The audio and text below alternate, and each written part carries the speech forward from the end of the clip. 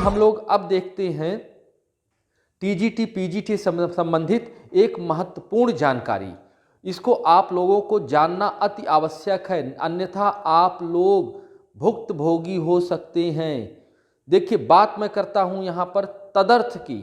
जो तदर्थ शिक्षक वर्तमान में हैं, उस पर क्या राज्य सरकार की क्या योजना है और साथ में आयोग की क्या प्लानिंग है, इसकी हम लोग चर्चा करते हैं।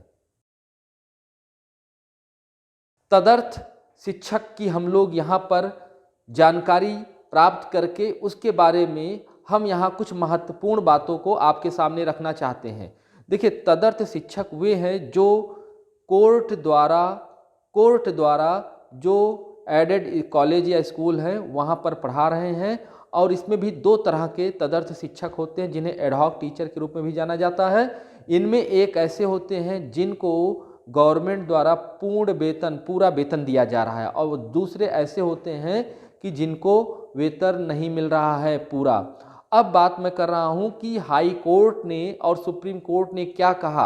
अभी आप देखेंगे 7 दिसंबर को जो सुनवाई हुई है, उस सुनवाई में तदर्थ शिक्षकों के वेतन से संबंधित समस्याओं को लेकर के बात कही गई थी, तो जिसमें सुप्रीम कोर्ट ने ये सीधे सीधे कह दिया कि जो भी तदर्थ शिक्षक हैं उनका वेतन मैनेजमेंट या प्रबंधक देगी, राज्य सरकार पर वह लागू नहीं होगा, राज्य सरकार पर वह थोपा नहीं जाएगा। तो इनडायरेक्ट कहीं ना कहीं तदर्थ शिक्षकों के लिए एक बहुत बड़ी समस्या हो गई। अब मैनेजर या प्रबंधक कैसे इन लोगों का इतना भारी भरकम वेतन देगा।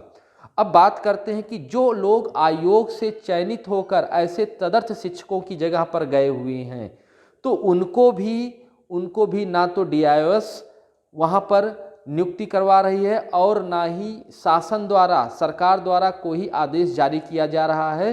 बात चल रही है जो नवनियुक्त शिक्षक अभी आए हुए हैं उनके समायोजन की। तो समायोजन के लिए अभी राज्य सरकार और आयोग तथा निदेशालय, इनमें अभी कोई चीज़ एकदम स्पष्ट और क्लियर नहीं हो पाई है कि आखिर जो नव चयनित जो शिक्षक हैं उनका किस संदर्भ में, किस तरह से उनका समायोजन होगा कि जो जहां पर आए हैं वहां पर उनकी नियुक्ति होगी।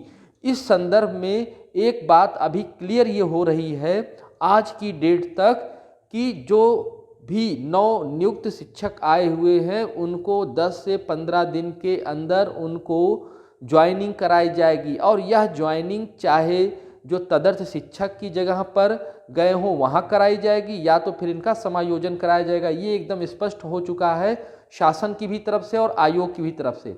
लेकिन समस्या यहाँ है कि उनका समायोजन कराया जाएगा कि उनको जिस पोस्ट पर गए हुए हैं वहाँ पर उनको नियुक्ति दी जाएगी। ठीक है, अभी इस पर बहुत ज़्यादा क्लियरिटी नहीं हुई है। आने वाले 2-3 दिनों में इसके बारे में पता चल जाएगा। हाँ, ये है कि 15 से 20 दिन के अंदर बहुत ज़्यादा से ज़्यादा उनको अपॉइंटमेंट मिलने ही वाला है। ये बहुत बड़ी खुशखबरी है और ज़्यादा परेशान होने की ज़रूरत जो नवनियुक्त शिक्षक अभी आए हुए हैं उनको बिल्कुल नहीं है।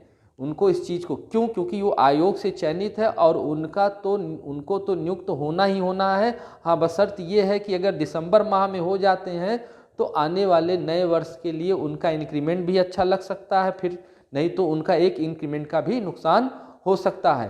मित्रों, आप लोग जब इंटरव्यू का फॉर्म भरते हैं तो उस समय इन सब चीज़ों को भी आपको बहुत ध्यान से समझना होता है कि कहीं जिस विद्यालय के लिए आप चुन रहे हैं या उसका चुनाव कर रहे हैं तो पहले क्या वह कहीं विवादित तो नहीं है या फिर कोर्ट द्वारा वहाँ कोई आया तो नहीं है। इसको भी आपको ध्यान में रख करके आने वाले समय में जब अगला इंटरव्यू आप लोग देंगे तो वहाँ पर ये बहुत ज़रूरी है, क्योंकि अभी ये समस्या बहुत ज़्यादा है। लगभग 5000 के आसपास 2021 की वैकेंसी में 5000 नवनियुक्त जो नवचयनित अभी जो परीक्षार्थी आए हुए हैं उनका केस लगभग फंसा हुआ है और राज्य सरकार तथा आयोग इसको जल्द से जल्द हल करने पर लगी हुई है। लेकिन एक बात यहाँ पर स्पष्ट हो गई है कि जो सुप्रीम कोर्ट का आदेश है कि उसमें जो लोग तदर्थ पर हैं उनके वेतन को लेकर के एकदम स्पष्ट हो गई है कि उनका वेतन प्रबंधक द्वारा ही दिया जाएगा। और इनडायरेक्ट कहीं न कहीं यह तदर्थ शिक्षकों के लिए खतरे की घंटी है। तो मैं आशा करता हूं कि नई खबर के साथ हम लोग फिर से आगे मिलेंगे। धन्यवाद।